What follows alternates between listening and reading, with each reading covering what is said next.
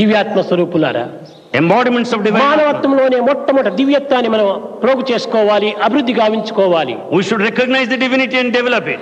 మానవత్వంలో ఉన్నటువంటి దివ్యత్వాన్ని అవ్యక్తం చేసుకోవాలి. We should express the divinity. అప్పుడే మనం నిజమైన వ్యక్తులుగా మనం రూపొందించబడతాం. Then only will be true vyaktis or individuals. వ్యక్తి అనగా ఏమిటి? What is meant by vyakti? కేవలం తల కాళ్ళు చేతులతో కూడినటువంటి వాడు ఆ వ్యక్తి The vyakti or individual doesn't mean merely. కాదు. ఈ వ్యక్తి అనేటువంటి పదమునకు అనంతమైనటువంటి ఘనమైనటువంటి ఒక అర్థం ఉంటున్నది. This word vyakti has got an infinite meaning. అవ్యక్తముగా, that which is unmanifest, గూఢముగా ఉండినటువంటి దివ్య శక్తిని ఎవరు వ్యక్తీకరింప చేతురో అతనే వ్యక్తి. The unmanifested hidden divinity, if it is expressed, he is true individual or vyakti.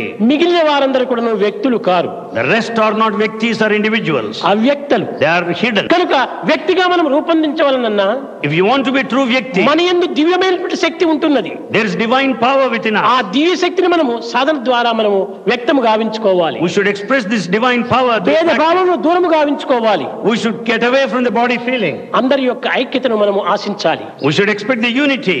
ఏదో కొన్ని భేదములు ఉండవచ్చు మానవత్వములో. There may be few differences among ఈ people. భేదం ఉండినంత మాత్రమున మనము ఏమాత్రము దుఃఖించరాదు. We need not worry about the ఈ differences. భేదమును దూరము గావించుకున్న ప్రేమతత్వాన్ని పెంచాలి. If we get away from the differences, we can develop love. అది నిజమైనటువంటి యొక్క మార్గం. That is the true path.